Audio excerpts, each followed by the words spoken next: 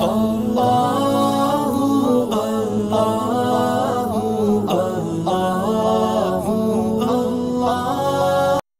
اللہ الرحمن الرحیم۔ مالکوں اور غلاموں کا انصاف۔ حضرت عائشہ رضی اللہ عنہ روایت فرماتی ہے کہ رسول اللہ صلی اللہ علیہ وسلم کی خدمت میں ایک شخص آ کر بیٹھ گیا۔ اس نے عرض کیا، رسول اللہ بلا شبہ میرے کچھ غلام ہیں جو مجھ سے جھوٹ بولتے ہیں اور میری خیانت کرتے ہیں اور میری نافرمانی کرتے ہیں۔ یہ تو ان کی طرف سے ہے، اور میری طرف سے یہ ہے کہ ان کو گالیاں دیتا ہوں، سزا میں مارتا بھی ہوں۔ اب مجھے یہ بتائیں کہ آخرت میں میرا ان کا کیا معاملہ ہوگا؟ آپ نے ارشاد فرمایا کہ جب قیامت کا دن ہوگا تو تیرے غلاموں کی خیانت اور نافرمانی اور جھوٹ بولنے کا اور تیرے سزا دینے کا حساب ہوگا، مگر تیری سزا ان کے قصوروں کے برابر ہوگی تو معاملہ برابر رہے گا، نہ تجھے کچھ ان کی طرف سے ملے گا، نہ تجھ پر کوئی بوجھ پڑے گا۔ اور اگر تیری سزا ان کی حرکتوں سے کم ہوگی تو ان کی حرکتوں کی زیادتی تیرے کام آئے گی اور تجھے ان سے بدلہ دلایا جائے گا، اور اگر تیری سزا ان کی حرکتوں سے زیادہ ہوگی تو زیادہ سزا کا ان کو تجھ سے بدلہ دلایا جائے گا۔ یعنی یہ نہیں کہ کوئی آدمی ہماری ماتحتی میں ہے، ہماری نگرانی میں ہے، ہماری سرپرستی میں، ہمارا چھوٹا ہے تو ہم اس کے ساتھ جیسا چاہے برتاؤ کریں، کوئی کچھ کہنے سننے والا نہیں ہے۔ ایک دن آ رہا ہے قیامت کا دن، اور اس دن سب حساب و کتاب برابر ہو جائے گا۔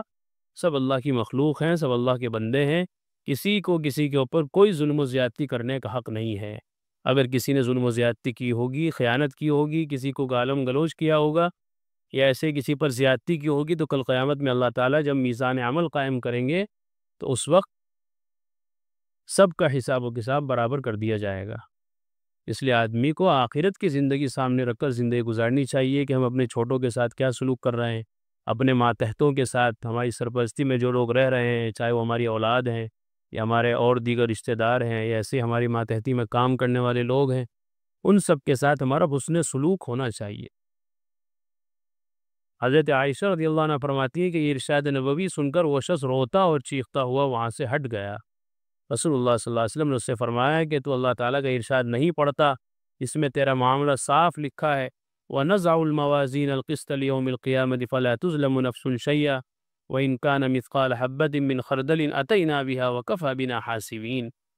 اور ہم قیامت کے دن انصاف کی ترازو قائم کریں گے، سو کسی پر ذرا سا بھی ظلم نہ ہوگا، اور اگر کوئی عمل رائی کے دانے کے برابر بھی ہوگا تو ہم اسے حاضر کریں گے، اور ہم حساب لینے والے کافی ہیں۔ یہ سن کر اس شخص نے کہا، رسول اللہ میں اپنے اور ان غلاموں کے حق میں اس سے بہتر کچھ نہیں سمجھتا کہ ان کو اپنے سے جدا کر دوں۔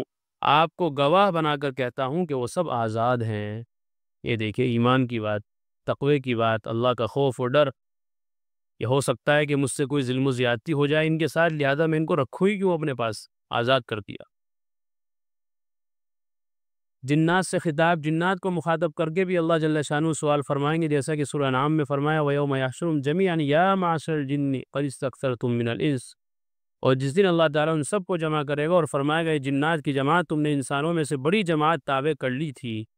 آگے فرمایا، وَقَالَ أَوْلِيَاؤُهُم مِّنَ الْإِنسِ رَبَّنَا اسْتَمْتَعَ بَعْضُنَا بِبَعْضٍ وَبَلَغْنَا أَجَلَنَا الَّذِي أَجَّلْتَ لَنَا۔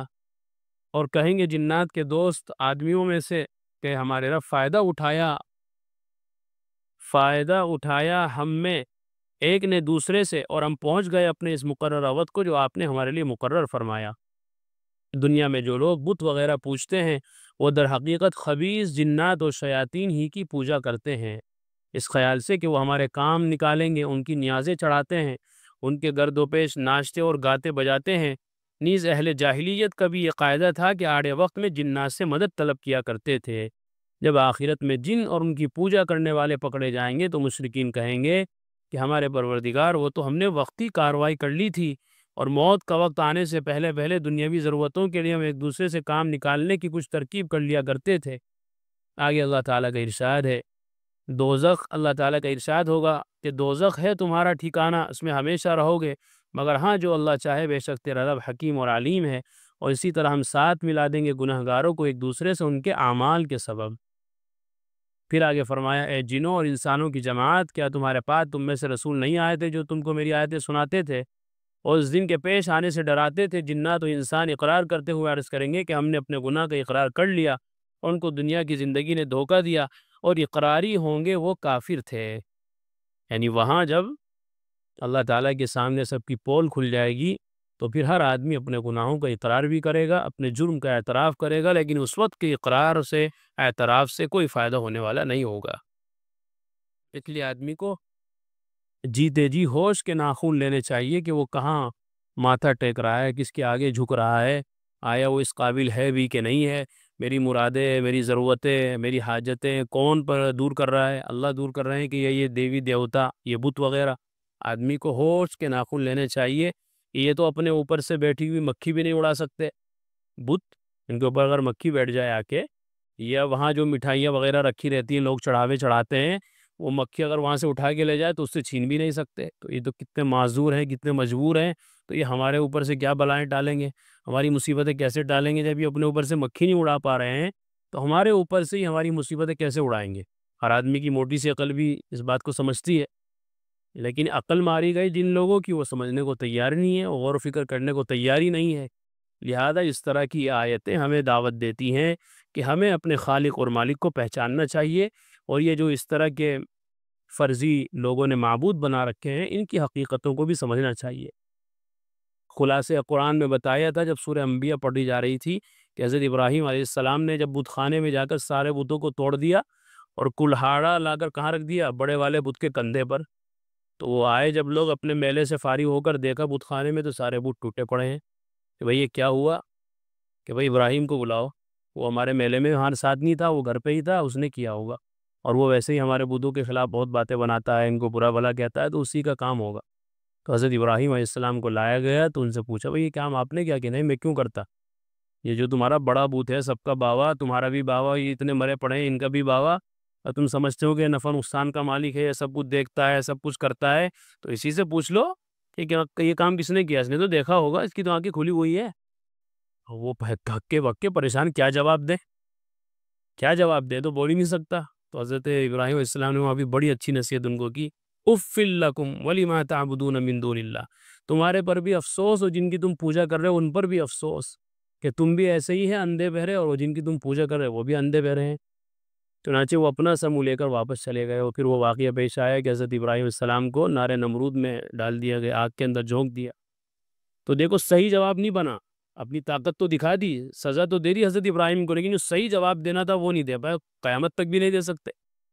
بھائی اسی سے پوچھ لو، جب یہ کہہ رہے ہیں کہ ہماری ساری مشکلات یہ حل کرتے ہیں، سارا کچھ ہمیں ہر وقت یہ دیکھتے رہتے ہیں، ہم ان کی نگرانی میں رہتے ہیں، ان کی نظریں ہمارے اوپر رہتی ہیں بتوں کی، تو اس لیے اپنے سامنے کا معاملہ تو دیکھا نہیں کیا ہوا یہاں بت خانے کے اندر، اور تمہیں اتنی دور چلے جاتے ہو اپنے کام کے لیے، کاج کے لیے، سفر میں، اور تم کہتے ہو کہ فلاں بت ہمیں دیکھ رہا ہے، وہ ہمارے اوپر نظر رکھا ہوا ہے، ہماری بگڑی بنا رہا ہے، مشکل کشائی کر رہا ہے۔ یہ اپنے سامنے کا جو واقعہ پیش آیا یہ تو بتانے کو تیار نہیں ہے کہ کس نے کیا ہے، تو یہ تمہیں کیا بتائے گا؟ تو اگر آدمی سوچے تو اتنے اہم دلائل قرآن کریم کے اندر موجود ہیں، جس سے پتہ چلتا ہے کہ یہ سب شیطانی باتیں ہیں اور یہ سب شیطانی حرکتیں ہیں، کوئی اللہ کے علاوہ معبود نہیں ہے، لا الہ الا اللہ 100% سچا کلمہ ہے، اور اس کے خلاف کوئی بھی آدمی کسی بت کو، کسی معبود کو پیش نہیں کر سکتا۔ تو حضرت ابراہیم علیہ السلام کا یہ واقعہ سورہ انبیاء میں بہت تفصیل سے آیا، اور آپ نے ان کی پول کھول کر رکھ دی کہ جن کو تم نے اپنا بڑا مان رکھا ہے، بت مان رکھا ہے، معبود مان رکھا ہے، ان کی حقیقت یہ ہے کہ وہ خود اپنا بچاؤ نہیں کر سکے۔ دیکھو کسی نے تو ان کو مارا ہوگا بتوں کو، تو یہ کم سے کم اپنا بچاؤ تو کرتے، جس نے ان کو توڑا ہے یہ اس کو توڑ دیتے مل کے، تو جب یہ اپنا بچاؤ نہیں کر پائے تو تم لوگوں کا بچاؤ کیا کریں گے دنیا اور آخرت میں؟ تو اس طرح کے بہت قیمتی دلائل قرآن نے حضرت ابراہیم کے اس واقعے میں دیے، یہاں بھی اس کی طرف اشارہ ہے۔ اس آیت سے صاف ظاہر ہے کہ جنوں اور انسانوں سے اکٹھا خطاب اور سوال ہوگا کہ رسول تمہارے پاس پہنچے یا نہیں۔ سوال کے جواب میں جرم کا اقرار کریں گے اور یہ تسلیم کر لیں گے کہ ہاں رسول ہمارے پاس آئے تھے، در حقیقت ہم ہی مجرم ہیں۔ اس آیت میں ہے کہ اپنے کافر ہونے کا اقرار کریں گے، اور بعض آیتوں میں ہے ما کننا مشرکین، ہم مشرک نہ تھے کہیں گے۔ اس شبے کا جواب یہ ہے کہ پہلے انکار کریں گے اور پھر اعمال ناموں اور گواہیوں کے ذریعے اقرار کر لیں گے، اور یہ بھی انسان کا قاعدہ ہے کہ اول تو اقبال جرم سے انکار کرتا ہے، پھر جب اس طرح جان چھوٹتی نظر نہیں آتی تو یہ سمجھ کر کہ شاید اقرار کرنے ہی سے خلاصی ہو جائے اقرار کر لیتا ہے، لیکن وہاں کافر و مشرک کی خلاصی نہ ہوگی، وہاں کے اقرار سے اعتراف سے کچھ نہیں بننے والا ہوگا، یہ جو کچھ ہونا ہے یہ دنیا ہی کے اندر ہوگا، لہذا یہاں رہتے ہوئے ہمیں اس کی فکر کرنے کی ضرورت ہے۔ آخر دعوانا الحمدللہ رب العالمین۔ قرآن کریم میں اللہ تعالیٰ فرماتے ہیں الا بذکر اللہ تطمئن القلوب، کہ سن لو، اچھے سے سمجھ لو، اللہ تعالیٰ کے ذکر ہی سے دلوں کو اطمینان نصیب ہوتا ہے۔ یعنی اللہ تعالیٰ کے جو انعامات و احسانات و اس کی نوازشیں ہم پر ہیں، اگر ہم ان کو یاد کریں گے تو ہمارے بے قرار دل کو قرار آ جائے گا، سکون مل جائے گا۔